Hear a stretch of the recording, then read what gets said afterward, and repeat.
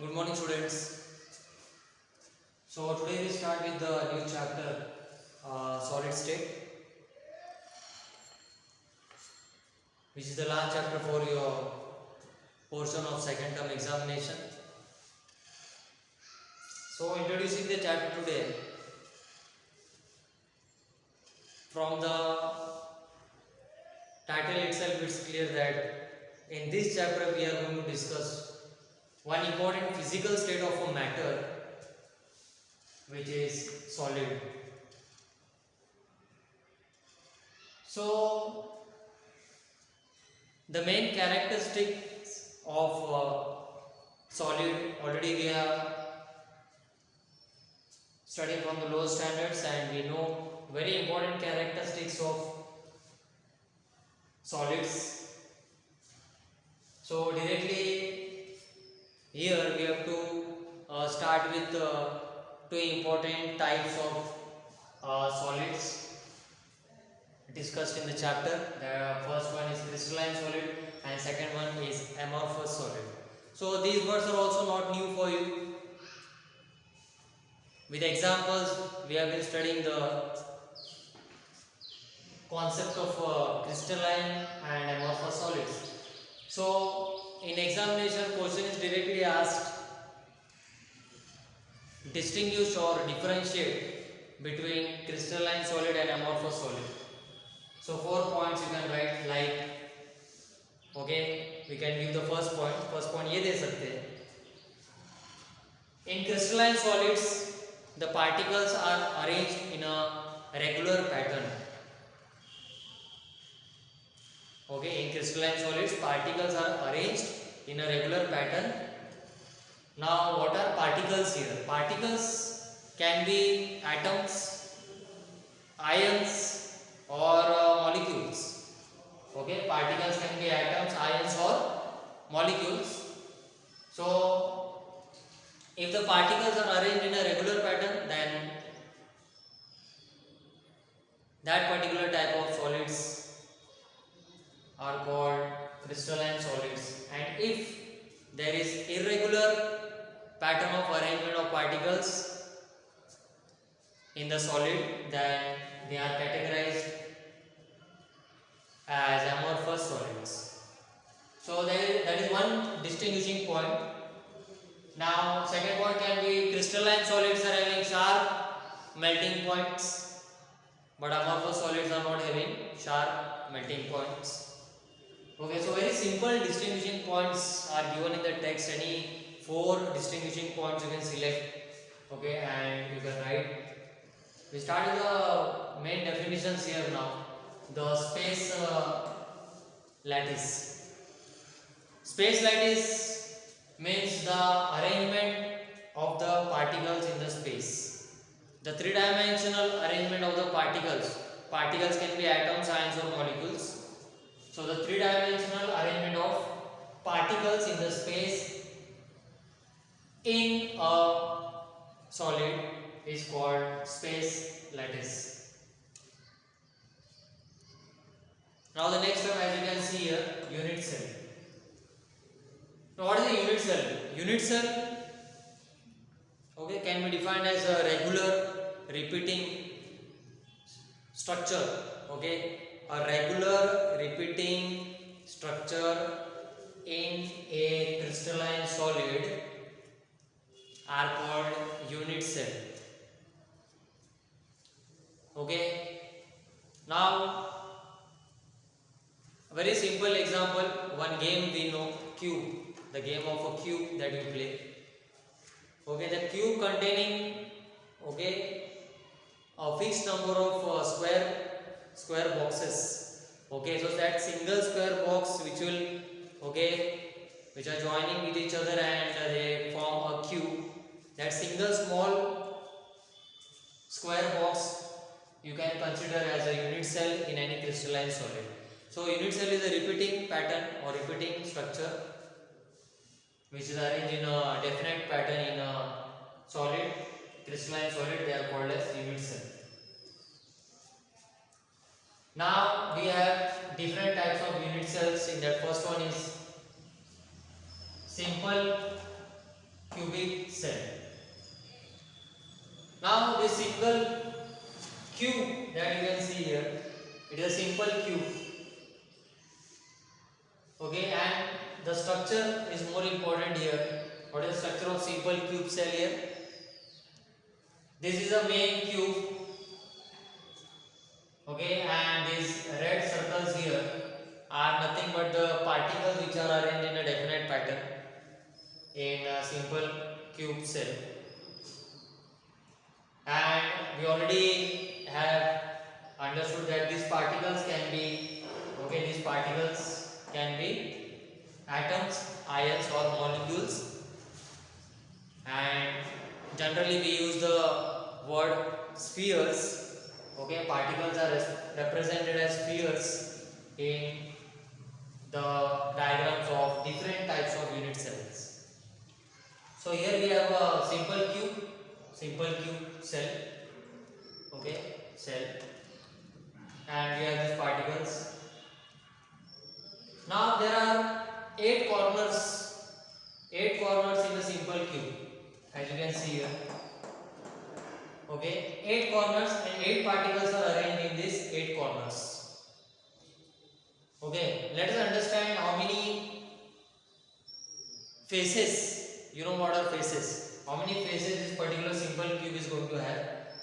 Okay, this side one face, okay, second face, third, fourth, okay, back side and the front side. So total we have 6 faces in a simple cube and 8 corners in a simple cube.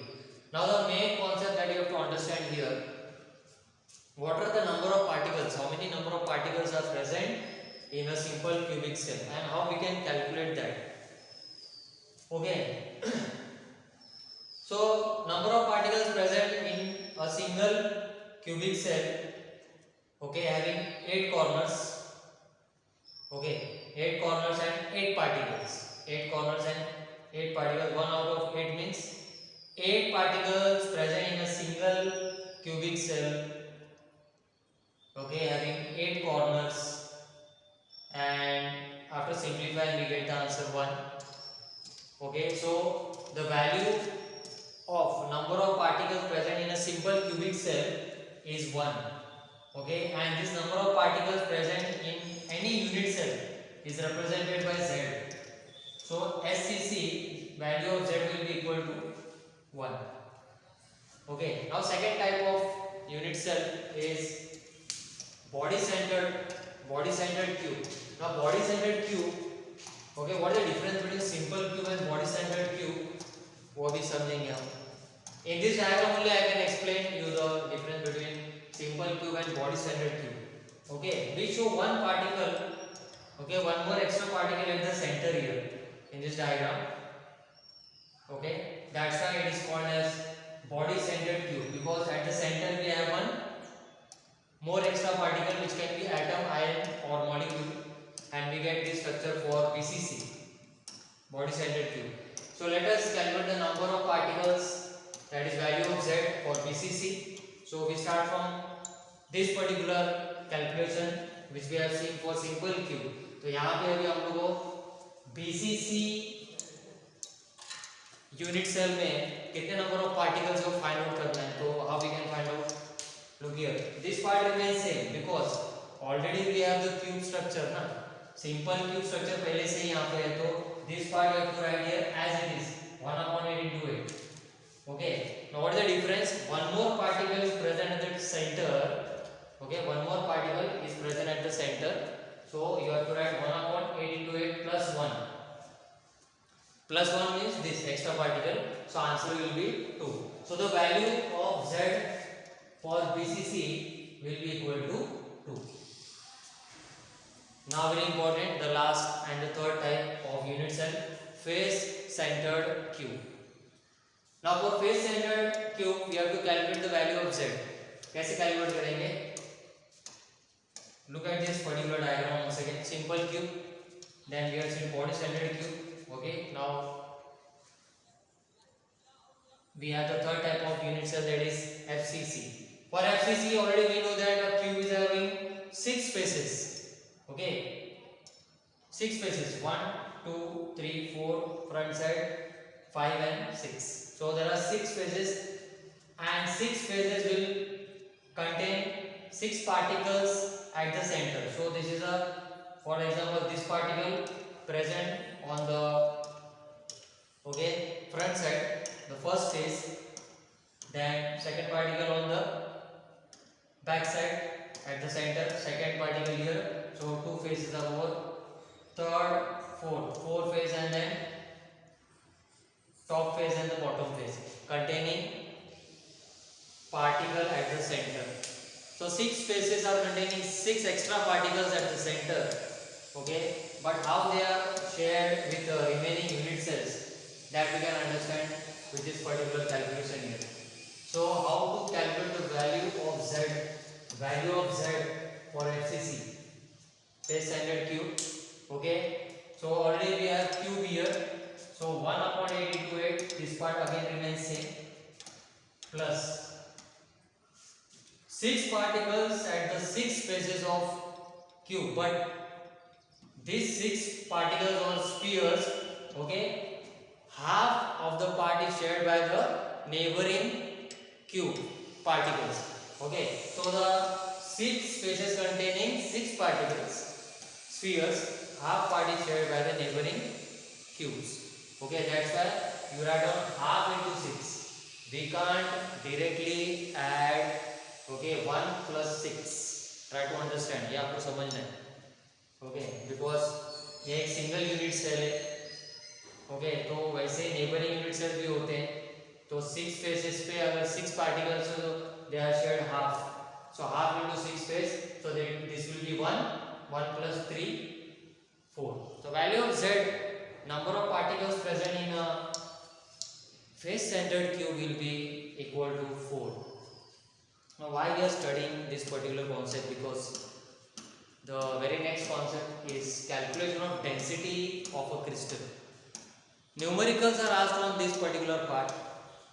How to calculate the density of any crystal? Crystal means the type will be given to you in the question, whether the crystal or the unit cell is of type SCC or BCC or FCC, that will be given to us. So the main equation or formula that you have to keep in mind is density of a crystal D is equal to Z. Now you know what is Z? Number of particles present in that particular type of unit cell. So Z multiplied by M, capital M is atomic mass or molar mass of that particular crystal. A, small a is a edge length. Edge length क्या होता है? Look at this diagram. Can you see these are the edges? So A is nothing but edge length in that particular unit cell. So A cube into Na. What is Na? Avogadro number, which is a constant, and you know the value 6.022 into 10 raised to 23. So after writing down this particular formula to calculate the density of a unit cell, we have to explain the terms, because now this formula we have to use in numericals. And also we have the relation between edge length and R. R means radius of the particle. Particle, as you can see, we have considered the particle as sphere. So of course this relation is very important between the edge length and R, radius of that particular particle, atom, ion or molecule. So the relation between edge length A and R in a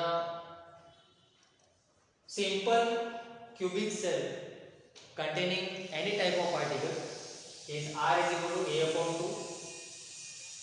In a BCC type of unit cell, relation between R and A, R is equal to root 3 into A upon 4. And for FCC, R is equal to A upon 2 root 2. R is equal to A upon 2 root 2. So when we are going to solve the numericals on this part, you will come to know how we can substitute the data given in the numerical in this formulas, and then we can get the answer for the required unknown parameter they have asked. Okay, so this was the calculation part starting from here, that is density of a crystal. Now we have again different types of solids, okay, or you can say different types of crystalline solids more specifically. So crystalline solids are further classified into molecular solids. Okay, so let us discuss in short what are molecular solids and their characteristics. So molecular solids are crystalline solids in which the particles are molecules which are arranged in a systematic pattern. Okay, and the characteristics, many characteristics they are given in the text. You can directly study from text. I have given in my notes also, refer my notes. Okay, an example of molecular solid they have given is ice. Okay, where the water molecules are arranged in a systematic pattern. So example for molecular solid is ice. Second type of crystalline solids, ionic solids. Ionic solids, for example, NaCl, sodium chloride, because here the particles are ions, cations are anions, that's why they are called ionic solids. And the characteristics as well as the structure of NaCl you have to study from the notes where I have explained. Okay, with the diagrams from the text you can easily understand how sodium and chloride ions are arranged in NaCl crystal. In short, in NaCl ionic solid, each sodium ions are surrounded by 6 chloride ions and each chloride ions are surrounded by 6 sodium ions. Okay, so this particular sentence you have to mention in your answer, you have to write in your answer, very important. And third and the most important type of crystalline solid are covalent solids. So covalent solids are the solids in which the particles are bonded to each other by covalent bond. And the two examples that we have to study here, okay, two examples that we have to study here is, first one is diamond and second one is graphite, which are nothing but the allotropes of carbon, correct? Allotropes of carbon. So let's start with the first type of covalent solid, diamond. Now diamond, which is known as the hardest solid substance on earth, having the melting point more than 3000 Kelvin. Okay, so the hardest substance on earth, diamond. So when they ask you to write down or explain the structure of diamond in this particular topic, that is covalent solids, so you have to draw the diagram, you have to show the hexagonal pattern of arrangements of carbon atoms. Okay, can you see this dark circles here, small dark circles, they are nothing but carbon atoms.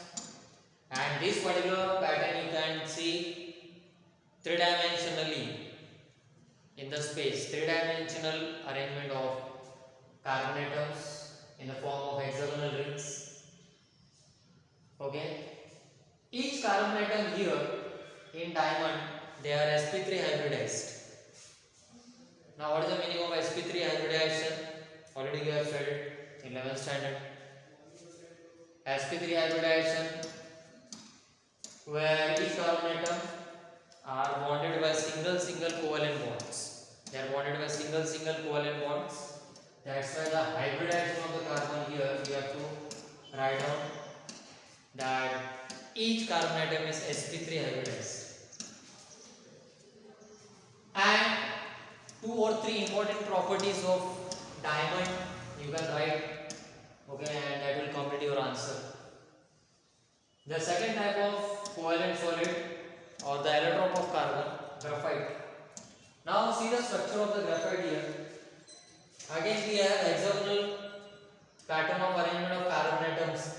Okay, but here the carbon atoms are sp2 hybridized. Carbon atoms are sp2 hybridized means somewhere you will find the double bond or double covalent bond formation between the carbon atoms. Okay, and these carbon atoms are arranged first in one plane and then the bonding continues with the remaining carbon atoms in the hexagonal format in the second plane, then third plane. This way we have the structure of graphite. And the main important property here is each plane or each layer can slide, okay, they can slide on another layer. Each layer or the hexagonal ring structure of carbon atoms, it can slide over the second layer. Okay, so if this is the case where one layer can slide over another layer, and that's why graphite is showing the property of a lubricant. Okay, so it is used in lubricants because of this very important property of sliding of the planes or layers of hexagonally arranged carbon atoms over each other.